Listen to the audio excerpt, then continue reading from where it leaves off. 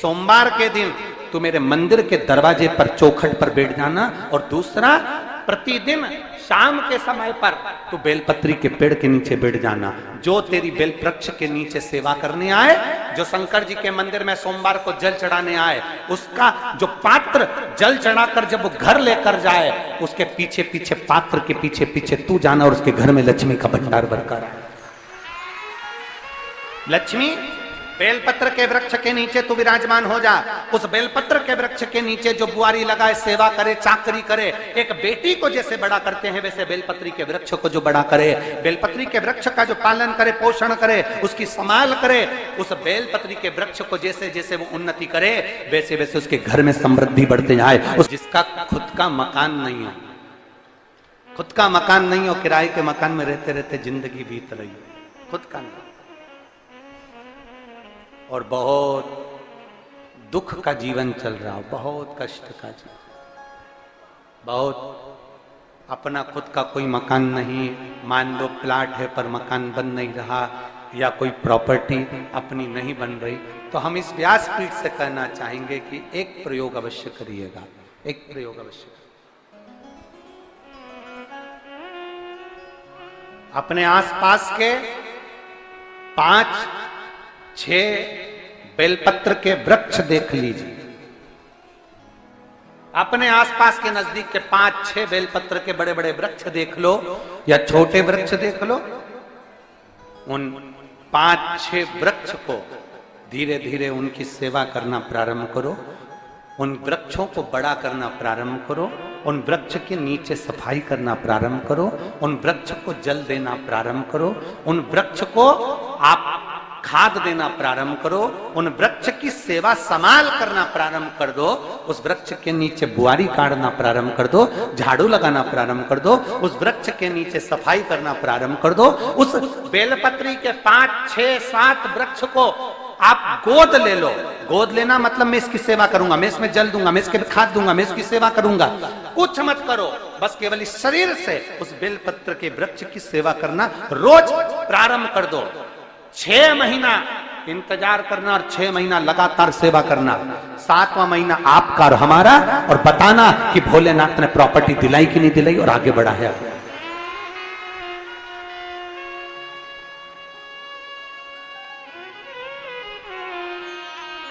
एक बेलपत्र का वृक्ष जिसके नीचे माता लक्ष्मी विराजमान होती है, एक बेलपत्र के वृक्ष के नीचे लक्ष्मी रहती है। दुनिया के लोग कहते हैं लक्ष्मी जी का दिन कौन सा है, बोलो जम के जल्दी से। शुक्रवार।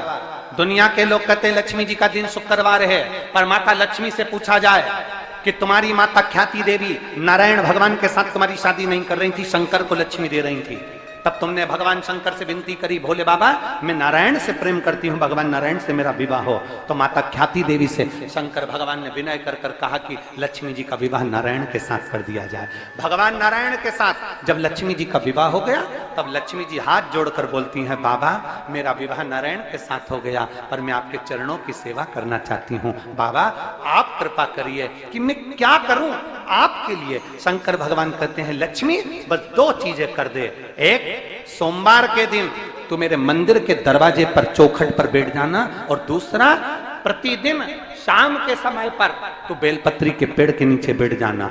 जो तेरी बेल वृक्ष के नीचे सेवा करने आए, जो शंकर जी के मंदिर में सोमवार को जल चढ़ाने आए, उसका जो पात्र जल चढ़ाकर जब वो घर लेकर जाए, उसके पीछे पीछे, पात्र के पीछे पीछे तू जाना और उसके घर में लक्ष्मी का भंडार भरकर आए। लक्ष्मी बेलपत्र के वृक्ष के नीचे तू विराजमान हो जा। उस बेलपत्र के वृक्ष के नीचे जो बुआरी लगाए, सेवा करे, चाकरी करे, एक बेटी को जैसे बड़ा करते हैं वैसे बेलपत्री के वृक्ष को जो बड़ा करे, बेलपत्री के वृक्ष का जो पालन करे, पोषण करे, उसकी संभाल करे, उस बेलपत्री के वृक्ष को जैसे जैसे वो उन्नति करे, वैसे वैसे उसके घर में समृद्धि बढ़ते जाए, उसके घर में वैभव बढ़ते जाए। ये शंकर भगवान माता लक्ष्मी से करे, भगवान शिव माता लक्ष्मी से करे।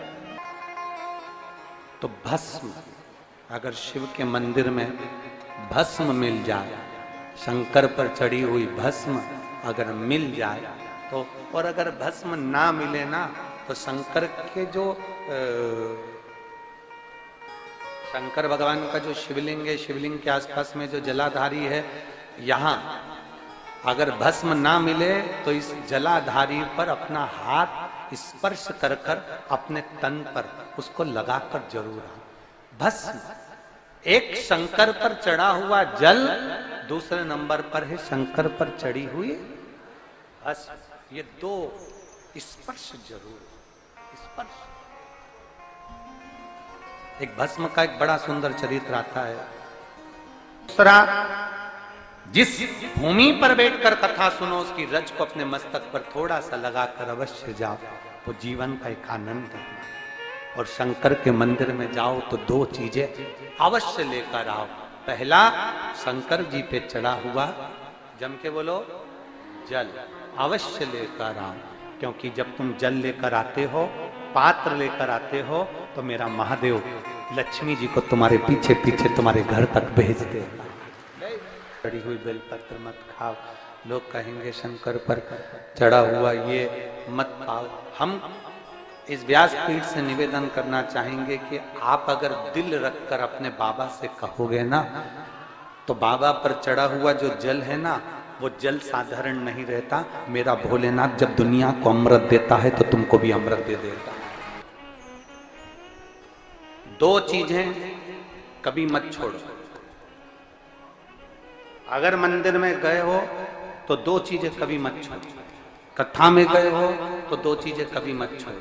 एक, कथा श्रवण करना। दूसरा, जहां कथा बैठकर सुनते हैं वहां की रज को अपने मस्तक पर लगाना।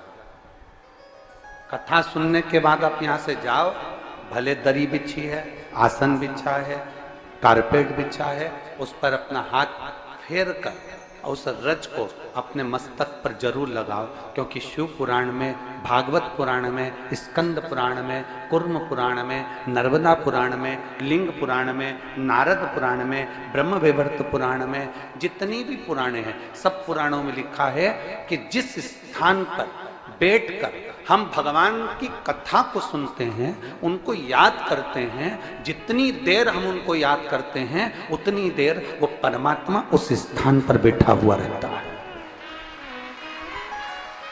हाथ रखकर बोलना, शंकर भगवान से तुम्हारा रिश्ता कौन सा? शिव जी से आपका कौन सा रिश्ता?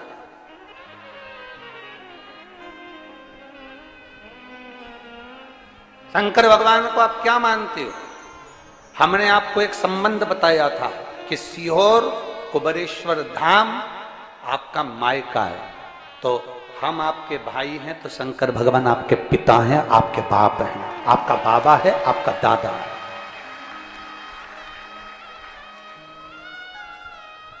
अब आपसे हम प्रश्न करें, उत्तर मेरी कुरुत की बहनें भी देंगी और मेरे जीजा उन भी देंगे और मेरी बेटियां और मेरे बेटे देंगे उत्तर। आपसे प्रश्न करें, अगर बेटी को दुख होगा तो क्या वो अपने बाप से नहीं कहेगी? बोलो तो जम के। बेटी को तकलीफ है वो अपने बाप से ना कहेगी। बेटे को तकलीफ है तो वो अपने पिता से, अपनी मां से नहीं कहेगा, मम्मी मुझे ये तकलीफ है, पापा मुझे ये दुख है, मां मुझे ये तकलीफ है, पिताजी मुझे ये कष्ट है। क्या वो अपने माँ बाप से नहीं कहेंगे? क्या वो अपने माँ बाप से विनय नहीं करेंगे? और माँ, पिता, फिर उसके करीब में, उसके नजदीक में जो भी होता है वो माँ बाप निकाल कर उसको दे देते हैं, माता पिता उसको दे देते हैं। माता पिता, लोग कहते हैं कि शंकर जी पे चढ़ा हुआ जल मत पियो, लोग कह देते हैं शंकर जी पे चढ़ी हुई बेलपत्र मत खाओ।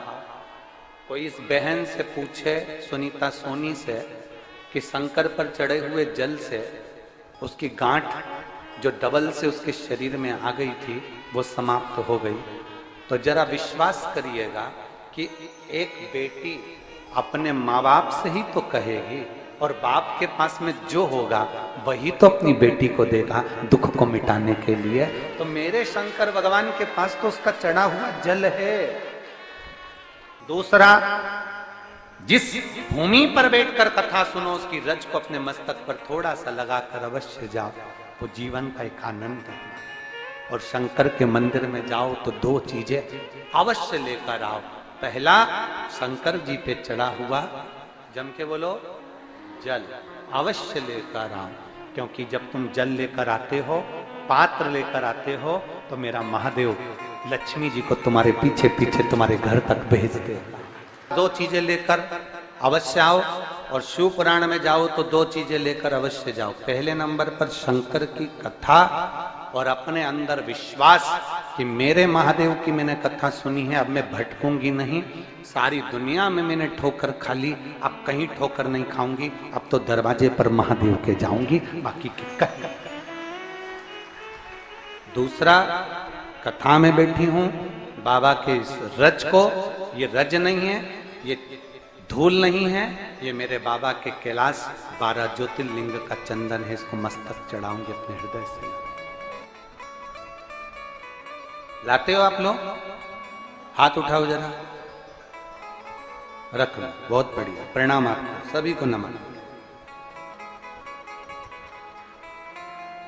2 बूंद जल लेकर आओ, पगला नहीं पियो तो उस जल को अपने घर में छींट दो।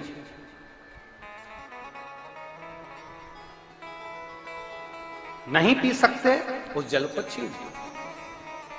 सारे घर के लोग नहीं पी रहे, उस जल को मटके में डाल दो, हंडे में डाल दो। 2 बूंद जल हंडे में डाला, सब पी गई। आपको अलग अलग किसी को देने की जरूरत नहीं पड़ी, किसी को नहीं। हंडे में डाल दो, मटके में डाल दो, सब उस पानी को पीना रात।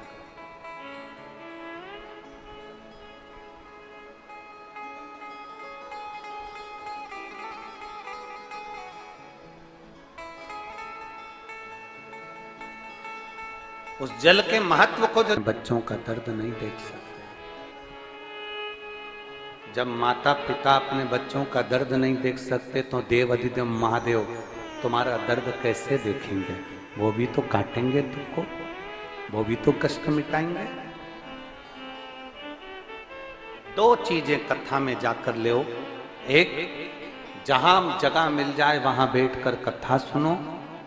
धूप लगे, पंडालों की इतनी व्यवस्था नहीं हो पाती है, पंडाल लगाने वाले, टेंट लगाने वाले टेंट लगा लगा के थक जाते हैं, तो अपने साथ एक छाता लेकर चलो।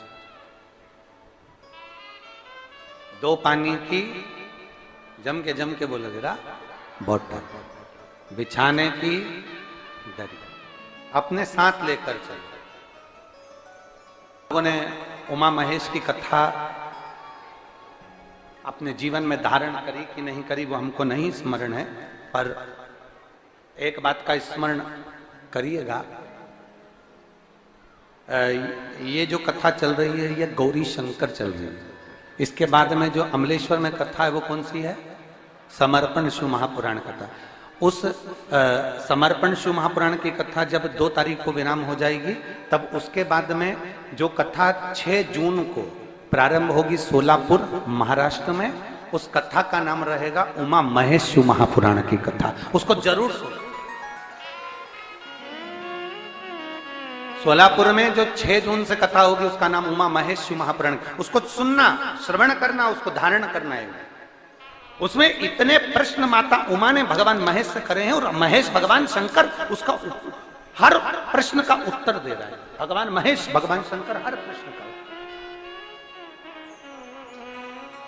बाबा बोले माता उमा ने भगवान शिव जी से, महेश भगवान से, भगवान शंकर से करेंगे, बाबा भोलेनाथ जी बताओ, संसार में जन्म लेने वाले व्यक्ति के जीवन में उसके भाग्य में अगर सुख नहीं है, उसके भाग्य में खुशियां नहीं है, उसके भाग्य में कोई अच्छा है ही नहीं, तो वो जीव क्या करेगा? वो जीव क्या करेगा?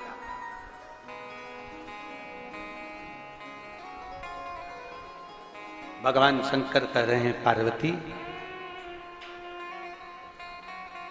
संसार में जन्म लेने वाला मनुष्य अगर उसके भाग्य में सुख नहीं, उसके भाग्य में अगर खुशियां नहीं है, उसके भाग्य में अगर सुख नहीं है, उसके भाग्य में अगर अच्छा नहीं है, पत्रिका दिखा ली सुख नहीं है, कार्य कर कर देख लिया सुख नहीं है, तकलीफ उसकी जिंदगी में चल ही चल रही है, तो भगवान शंकर कहते हैं, भगवान महेश कहते हैं, उमा, उस मनुष्य को दूसरे का अच्छा करना प्रारंभ कर देना चाहिए, तो उसकी अच्छाई अपने आप सामने आना प्रारंभ